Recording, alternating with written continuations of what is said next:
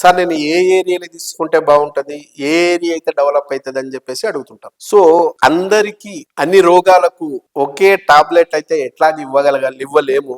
అందరికి కూడా ఈ ఏరియాలో తీసుకొని మనం స్పష్టంగా చెప్పలేము. ఎందుకంటే మీ రిక్వైర్మెంట్ రకరకాలై ఉండొచ్చు. ఇప్పుడు మీరు ఇల్లు కట్టుకోవాలి, ఇక్కడ నుంచే జాబ్కు అప్ అండ్ డౌన్ చేయాలని మీరు అనుకుంటే నేను చెప్పే ఏరియా మీకు మ్యాచ్ అవ్వదు. సో కడుపు నొప్పి నీదైనప్పుడు టాబ్లెట్ మీరే వేసుకుంటట్టు ఉండాలి. సో మీ రిక్వైర్మెంట్ ఏంటి, మీ బడ్జెట్ ఏంటి, అసలు మీరు ఎందుకు తీసుకోవాలనుకుంటున్నారు, ఏ ఏ అంశాల మీద డిపెండ్ అయ్యి ఆ ఏరియా పెరుగుతుంది అనేది ఆధారపడి ఉంటాయి. సో నేను ఒకటే మీకు చెప్తున్నా, మీరు ఆ ఏరియా ఈ ఏరియా కాకుండా ఖచ్చితంగా ఏరియా డెవలప్ కావాలి, మీరు తీసుకునే ప్లాట్ దగ్గర ఆ ఏరియా అంతా డెవలప్ కావాలనుకుంటే ప్రాథమికంగా మీరు ఒక 7 అంశాలను గుర్తుపెట్టుకోండి. ఏ ఏరియా అయినా సరే డెవలప్ కావాలనుకుంటే ఈ ప్రాథమికంగా 7 అంశాలు మీరు పర్ఫెక్ట్గా గుర్తుపెట్టుకొని తీసుకోగలిగితే డెఫినెట్గా మీ property double triple 10 times 100 times కూడా పెరిగే అవకాశాలు ఉన్నాయి. ఫర్ ఎగ్జాంపుల్ మీరు ఈ 20 years